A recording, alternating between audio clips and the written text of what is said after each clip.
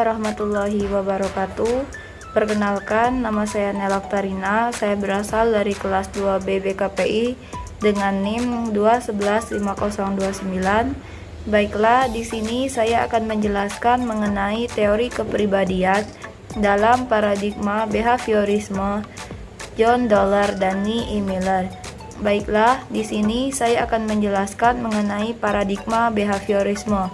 Paradigma behaviorisme itu sering juga disebut sebagai perilaku sosial, yang mana dapat dilihat dalam berbagai bentuk pengembangan manajemen pendidikan yang mendasarkan kepada pemikiran positivisme, empirisme, teknirasi, dan juga manajerialisasi. Teori menurut Ni Miller dan John Dollar.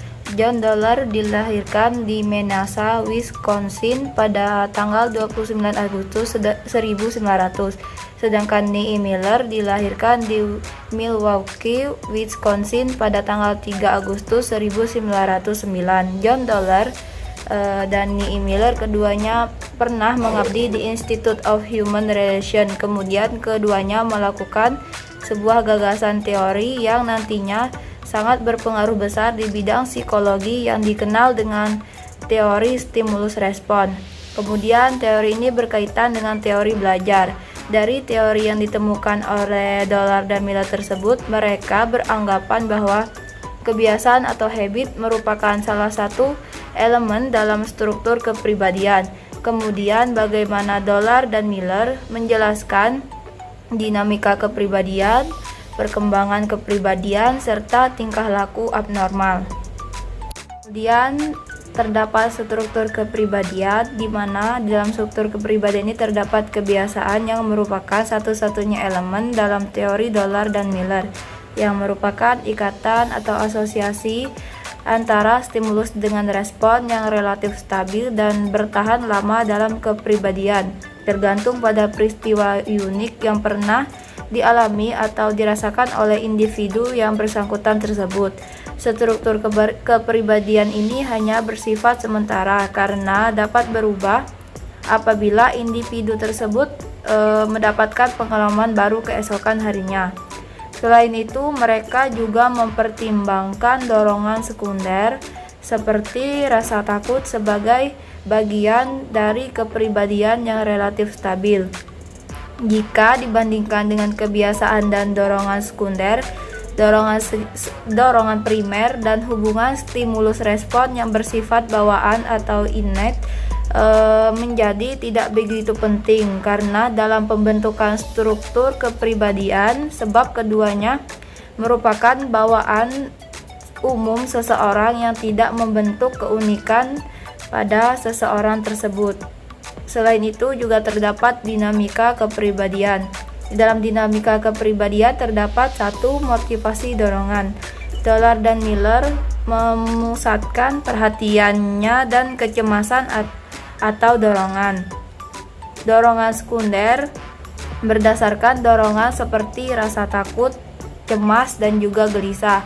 Sedangkan dorongan primer berdasarkan dorongan primer seperti rasa lapar, haus, dan seks.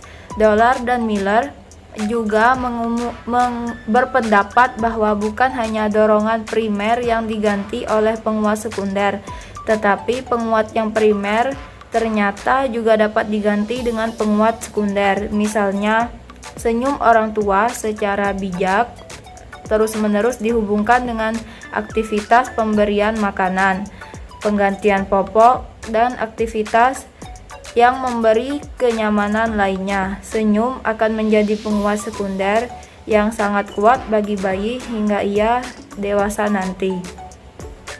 2. Terdapat proses belajar.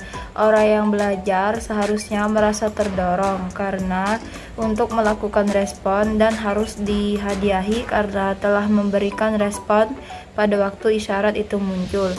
Hal ini bisa diungkapkan secara sederhana dengan berkata bahwa untuk belajar, seseorang harus menginginkan sesuatu, memperhatikan sesuatu, berbuat sesuatu, dan memperoleh sesuatu. Di dalam belajar terdapat 4 komponen utama, yaitu drive atau dorongan adalah stimulus, dalam diri organisme yang mendorong terjadinya kegiatan, tetapi tidak menentukan bentuk kegiatannya. Kemudian Q atau isyarat adalah stimulus yang memberi petunjuk perlunya dilakukan respon sesungguhnya. Isyarat itu adalah petunjuk yang ada pada stimulus sepanjang pemahaman subjektif individu. Kemudian yang C, respon adalah aktivitas yang dilakukan oleh individu sebelum suatu respon dikaitkan dengan suatu stimulus. Respon itu harus terjadi terlebih dahulu. Kemudian yang D, reinforcement, penguat atau hadiah adalah sebagai pereda dorongan. Kemudian yang ketiga, terdapat proses mental yang lebih tinggi. Yang A, terdapat generalisasi stimulus.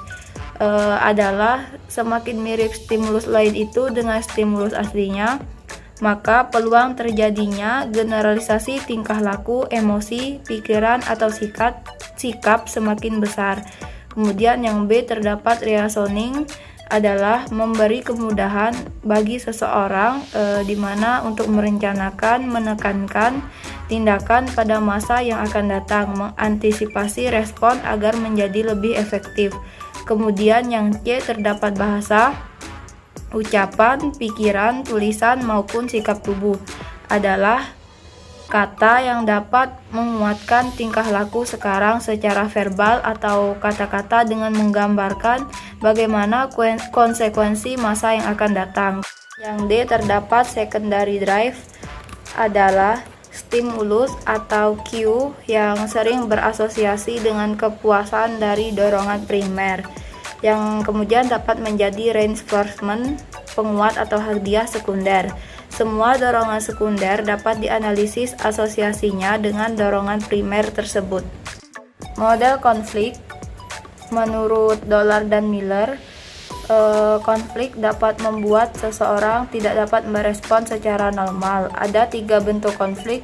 Yang pertama, konflik avoidance atau orang yang dihadapkan dengan pilihan nilai positif dan negatif yang ada di satu situasi. Kemudian yang kedua, konflik avoidance atau orang dihadapkan dengan 2 pilihan yang sama-sama negatif. Yang ketiga, konflik approach yang dihadapkan dengan pilihan yang sama-sama positif.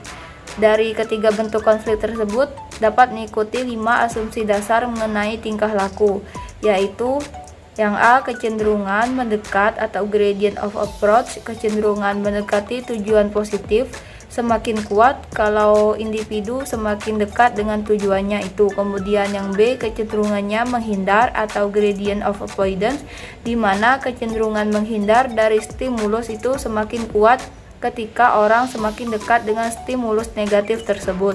Kemudian yang C, peningkatan gradient of avoidance itu lebih besar dibandingkan dengan gradient of approach. Yang D, meningkatnya dorongan yang berkaitan dengan mendekat atau menghindar akan meningkatnya gradient. Jadi meningkatnya motivasi akan memperkuat gradient, mendekati atau gradient akan menjauhi pada semua jarak dari tujuannya. Yang E, manakala ada 2 respon bersaing, maka yang lebih kuat yang akan terjadi. Kemudian terdapat ketidaksadaran. Dollar dan Miller memandang penting faktor ketidaksadaran, tetapi dalam analisis asal faktor ini berbeda dengan Freud.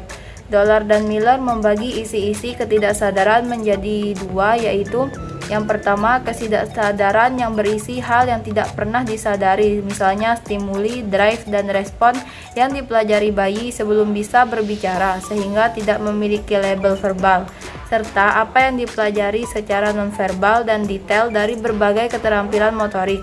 Yang kedua, berisi apa yang pernah disadari tetapi tidak bertahan menjadi tidak disadari karena adanya represi, misalnya seseorang yang merasa takut berusaha tidak memikirkan sesuatu yang ditakutkan, sehingga kemungkinan rasa takut akan berkurang.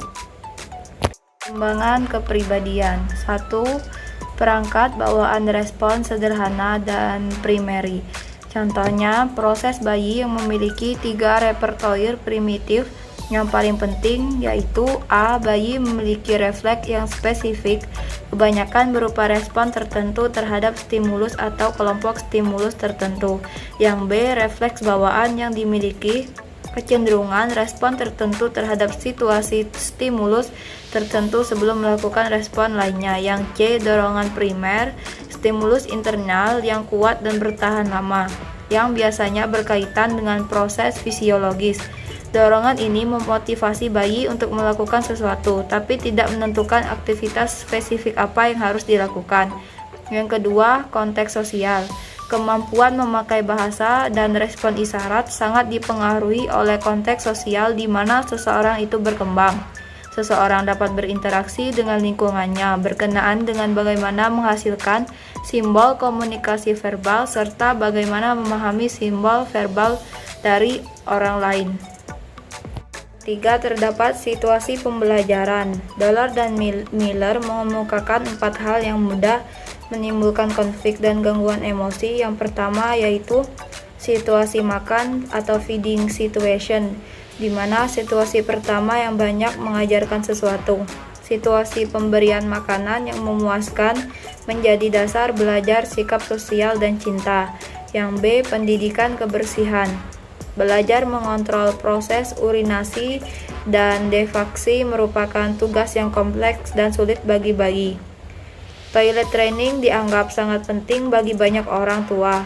Anak yang gagal atau lambat menguasai keterampilan ini cepat dihukum, sehingga mengembangkan asosiasi orang tua dengan hukuman. Yang ketiga, terdapat pendidikan seks awal.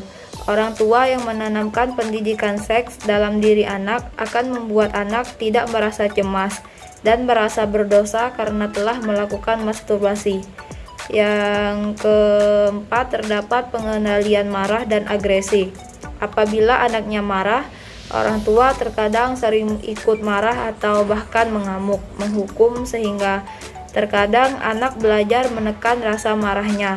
Tanpa rasa marah ini akan membuat kepribadian anak tersebut tidak dapat berkembang. Contoh aplikasi teori behaviorisme Ni Miller dan John Dollar.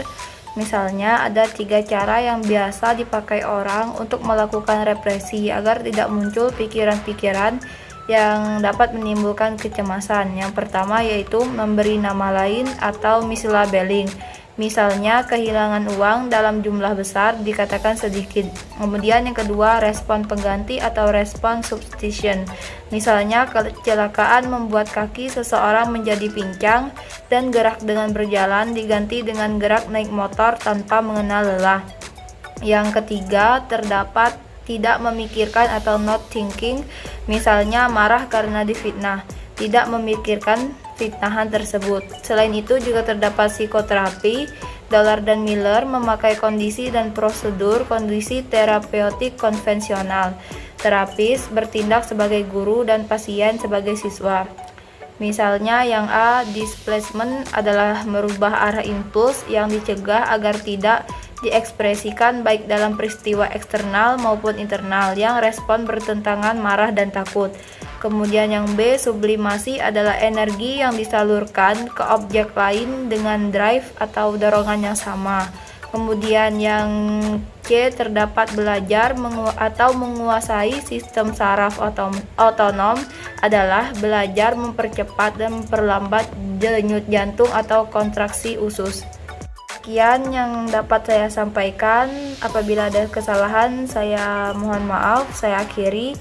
Wassalamualaikum warahmatullahi wabarakatuh.